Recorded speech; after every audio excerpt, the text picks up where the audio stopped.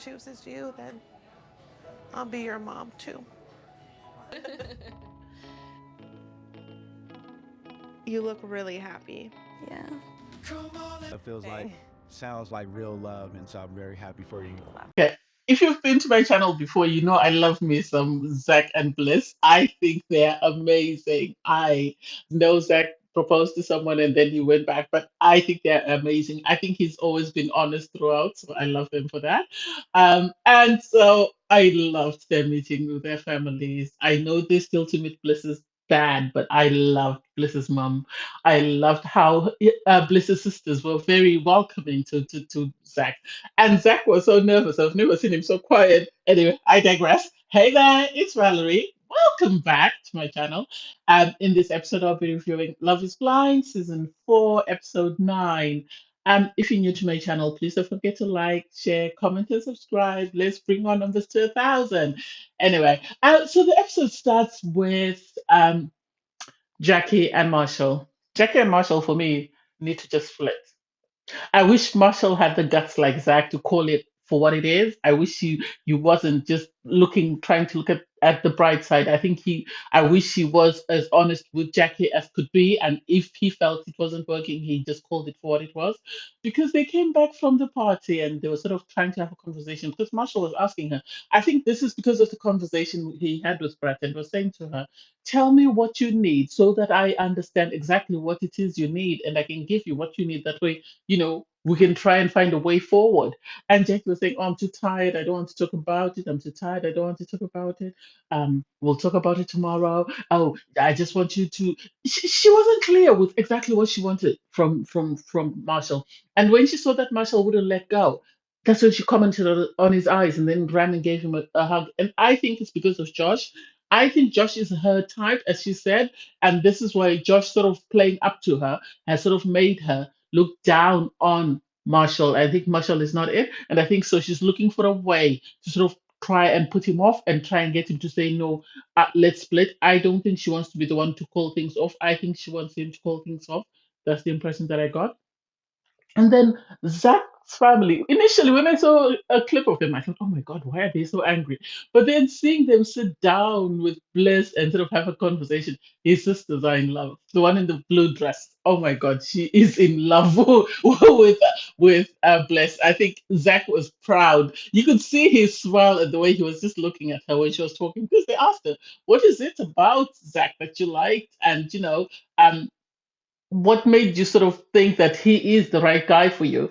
And she really went into great detail into what she likes about him. And you could see Zach was very impressed and he was very happy with everything she said. Um, Zach's sisters were impressed. One of them shouted, oh, I love her. I love her. They were all smiling at Zach.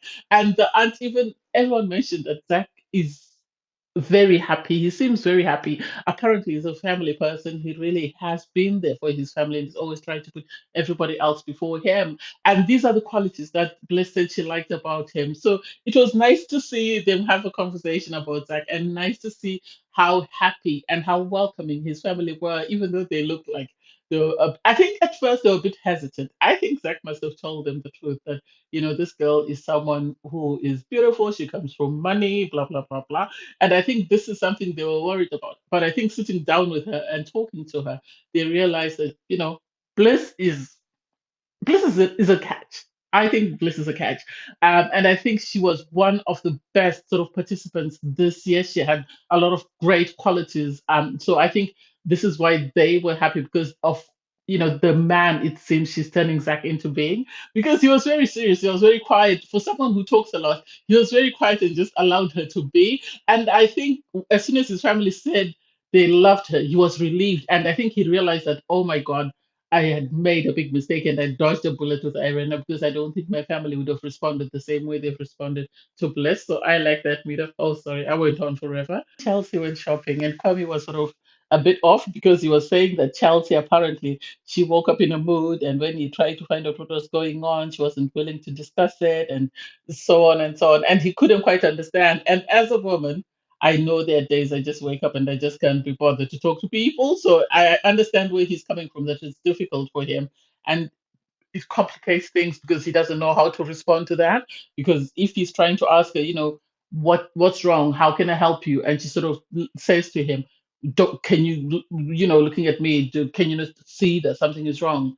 It's sort of like, I think it was, I think she was very sarcastic in her comments. And I think the way she sort of said it sort of put him off. And I think this is something that Chelsea needs to be careful about, because communication is key in most relationships.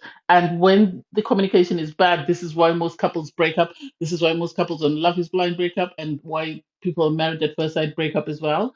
So Chelsea was trying to sort of smooth things over and pretend like nothing had happened, but you could see Kwame wasn't over it. Kwame wanted to discuss it, but Chelsea wanted to brush it under the rug. And he, I think, would have preferred not to have gone shopping if he had his way. That's the impression that I got. He was saying, I know someone was saying, oh, Kwame is for trying to find faults in Chelsea. I don't think so. Chelsea's in her comfort zone. She lives in Seattle. She wants to stay there. She wants Kwame to move. Her family is there. Her pets are there. Everything for her will remain the same, but things will be different for Kwame. And so I understand Kwame saying, I don't have a space to vent and just be. She has her own personal space. She can go to work. She can go to her parents. She can go wherever. But I have nowhere to go. And if I decide to go back to my place, it's going to take me 3 hours. And by the time I get there, I'm just staying there for a minute and then I'm coming back. It doesn't make sense. And then she got him to feed her these strawberries, and she asked him if he wanted any, and he said no. And she kept saying, no, you need to have one. You need. And this is where the issue comes in. I think Chelsea needs to compromise as much as she's always saying to Kwame, you need to compromise. I think she needs to compromise. And I think because of the incident with Micah, people are overlooking the faults or the red flags that come up with Chelsea. And I think she does have a couple that she can't take responsibility, because when they sat down and Kwame tried to explain to her that this morning was very hard for me. We are going through a very rapid process and it's very challenging. We have to plan a wedding. I know he's still having issues with his family, trying to get them on board and stuff like that. And for her not to understand that doesn't make sense. If she says she's a family person, I think she should have been more accommodating with that, and she should have been more flexible and more sort of should have paid more attention to what he was saying, because she was smiling at one point and it's just like, come on, Chelsea, I really like you, but you need to try and be a bit more serious, and you need to understand that he's not attacking you. He's just telling you how he feels, just as you tell him how you feel, and you expect him to understand and be empathetic and compassionate with you because of those issues that might present. Paul and Micah, I really don't know how I feel. I like the fact that Mike appears to have overhauled Paul's wardrobe. So she's, grooming him up for the next person, as in, he's dressing way better than he was, or whatever. Maybe she's fixing up his place. So that's good for the next person that's going to see, match up with him. Because I really don't see them making it long term. They do have a conversation. They tell each other they think they love each other, how they're going to sort of unite them, their sort of lives once they get married, whether they'll still stay in Seattle or whether they'll move to where uh, Micah is from, and the sort of space they'll need and the amount of stuff that Micah has, her clothes and stuff. And for me, it's a pity that Micah is letting her friends sort of decide who she dates and who she marries, because Paul would have been a catch for her. In my opinion, Paul would have been a catch for her because he's very accommodating and he seems very willing to sort of adjust and make her as comfortable as he is comfortable. So I like that about their relationship. But will I see them lasting long term? No, I don't. I don't know. Brett and Tiffany, I love Brett and Tiffany. I like their coupling. I love how comfortable they are around each other. I like how open they are. They seem to be very easygoing. And I think Brett was ready for marriage. So he was waiting to find the right person. And I think he's found the right person in Tiffany. They did meet up with his friends. They had a conversation with his friends asking about Tiffany and sort of trying to find out exactly what it is that drew Tiffany to Brett likewise. And so they were happy that it seemed, because Brett was saying he was after a woman that he knew he came from, poverty, and he wanted someone who would be by his side and sort of help drive him to give his children a better life than the one that he had. And so I liked that about them. I think the whole season they're going to be very easygoing. There's not going to be any toxicity between them. So I like that for them. And then we have Zack and Bliss. Oh my God. I think they should have had a first responder on standby for Zach because Zach was nervous as hell. He looked like he was about to pass out. And Bliss asked him, are you nervous? Yeah. Are you excited to meet them? Yeah. Is that all you're going to give me? Yeah. He couldn't say anything. And given how much Zach talks, that shows that he was really, really nervous. And whatever trauma he went through, it must have made him so scared to meet anyone's parents. So I liked how welcoming Bliss and her mum were because when Bliss went to hug her mum, one of her sisters went forward to sort of say hi, Zach. To sort of, I think Bliss had told them that Zach is very anxious, so they were all trying to make him comfortable. And they sat down. They sort of asked, what is it about Bliss that you like? And he went into great detail. And one thing I like about Zach is he's going to tell you how he feels. He's not going to lie to you. He's going to tell you the truth. Um, if it hurts your feelings, he's going to apologize, but he will always be honest. During the conversation, obviously, he spoke about the qualities that he liked about Bliss. At the top of his list is always liked the fact that she's very intelligent. He's always said, I love her brain and the way she thinks because we think more or less the same way. And I think if he were ever to be paired with someone who's not of the same sort of intellect as him, that would frustrate him and bore him, to death. So he liked that quality. Bless's mom was very happy because she took great pride in making sure that her daughter, was very highly educated. She did bring her other two sisters. So it was nice to see that as Zach was talking about the process, he brought up the issue that he did have feelings for two ladies. And I think this was very, I know some people say, oh, why did he do that? No, this was good for him to speak up for himself and make sure that Bliss's mother understood why he did what she did instead of them waiting until they saw it on TV. I think this was good because he told her the truth, explained himself, and whatever happens or whatever Netflix decides to air, he has already set up the scene for them to understand why things got to be the way they were. And he wasn't toxic in his relationship with Irina. He wasn't inappropriate. And as he started to talk, he could see that Bliss was getting upset. And he actually said, I know Bliss doesn't want to hear about this because this upsets her, but I want to be open so that everybody knows what's happened until we got here. And so he was asked, my Bliss's sister, yes, you said you proposed to somebody, but what is it? What is it that's made you think that now Bliss is the right person, or why did you not propose to her in the first place, more or less? And he explained that, you know, I come from great poverty. Yes, I was given a lot of love and affection by my mum, but because of the way I was raised, I've dated people whose families have not really um, made me feel welcome because of my background, because I've had to teach myself a lot of things. And this is something that I was very nervous about because of the way Bliss described her family. I was worried about how would I fit into your family, more or less, as in, I don't come from money. I am someone who struggled to make my way here to get to where I am. And so the idea that as much as I love her, her family is going to be willing to accept me was something that really scared me. And this is why I made some of the decisions that I made. And I think Zach had Bliss's mom at hello. Bliss's mom loves Zack. Bliss's mom loves Zack. She's Team Zack. And she loved the way he spoke about her daughter. She loved the way her daughter responded to him, the way her daughter looked at him, held on to him, and stuff. And even at the end, when Zack was saying, oh, at least we'll have one mom, and the mom was like, as long as my daughter accepts you, you're my son.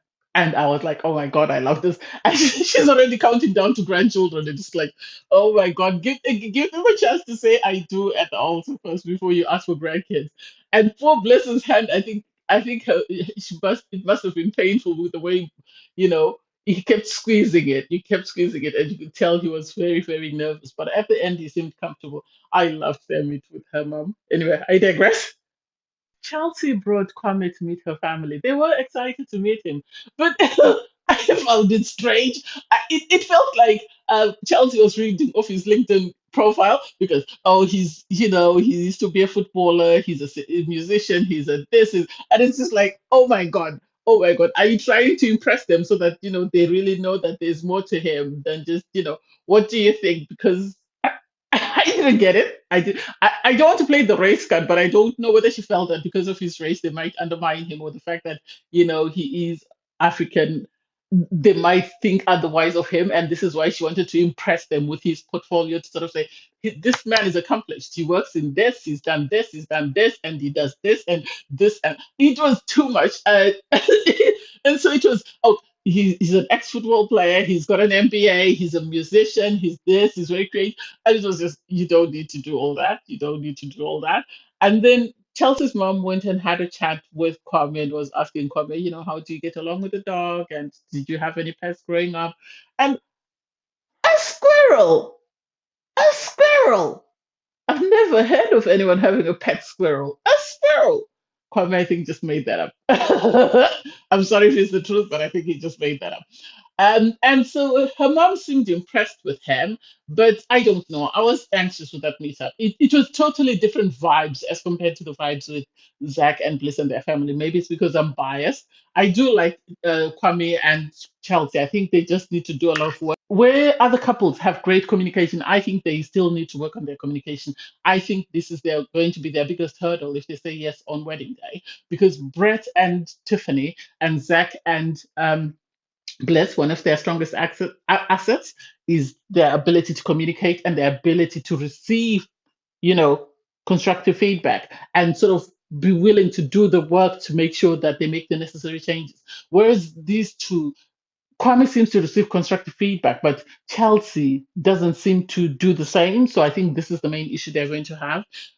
So the brides and the grooms to be go with their family members and friends to go and buy to order their suits and their wedding dresses. Everybody's excited because the wedding day is drawing closer. They're having conversations, and then that's when the girls notice that Jackie's not there. And so Tiffany has a conversation with Micah, who lets it slip that apparently Marshall and Jackie are having issues, so she doesn't think Jackie will be showing up because they don't know whether they'll be able to resolve those issues. And Tiffany was saying, "Oh, I hope they're able to resolve it because at least she needs to come and look for her dress, just in case things work out between the two of them." I think this was their thought process. And so Tiffany then sent a message to Brett. Brett was busy, laughing with Kwame because Kwame now has a screensaver of Chelsea and he doesn't have one. And Kwame was saying, there's only 7 days to wedding day. So he took out his phone to sort of look at what screensaver he has. That's when he saw the message from Tiffany to say, is Marshall there because Jackie's not here? And so Brett immediately, because he's close to the guys, seem to be very close. He ran over to Marshall, who was sort of telling his friends about his bride to be, the qualities he liked about her, and whatever. And he sort of pulled him aside, and he was taken aback that, "Hey, can you not see I'm talking to my friends and trying my suit? Do you really need to speak to me now?" And he said, "Yeah." And so when he told him, you could see he was upset. Marshall was upset. He was blindsided. He had no idea this was happening. And then you have across town, you have Jackie meeting up with Josh, and it's like, why? Why? Josh really doesn't care about Jackie. He couldn't give two hoots about her. He said he doesn't like losing. And the only reason why he's pursuing Jackie, in my opinion, is because Jackie left him for Marshall. Had Jackie not left him for Marshall, he wouldn't give a hoot about her. And suddenly he's all interested. And the fact that she said he was romantic because he bought 12 a dozen roses that came in a little carrier bag doesn't make sense. Marshall made her breakfast. Marshall was comforting to her when she was having a breakdown, and he was very protective and made sure that the cameras only took what was necessary. And so for her to see that as not as being unmanly, and to see this guy who's gone to street vendor and bought a bunch of flowers doesn't make sense. There was nothing special about those flowers. I wouldn't be surprised if someone from production handed him the roses just because he came empty-handed. I don't think Josh is as interested in Jackie as he makes out. I have a feeling that if he does decide to give it a shot with Jackie, he's going to play her and he's going to dump her. And her biggest regret is going to be how she treated Marshall. That's the impression that I'm getting. But anyway, I digress. I loved this episode. I really loved this episode. I will review the other two episodes tomorrow and the day after, but I thought I'd put out my first episode today before I go to work. Anyway, thanks guys for stopping by. Please don't forget to like, share, comment, and subscribe. Bye everyone.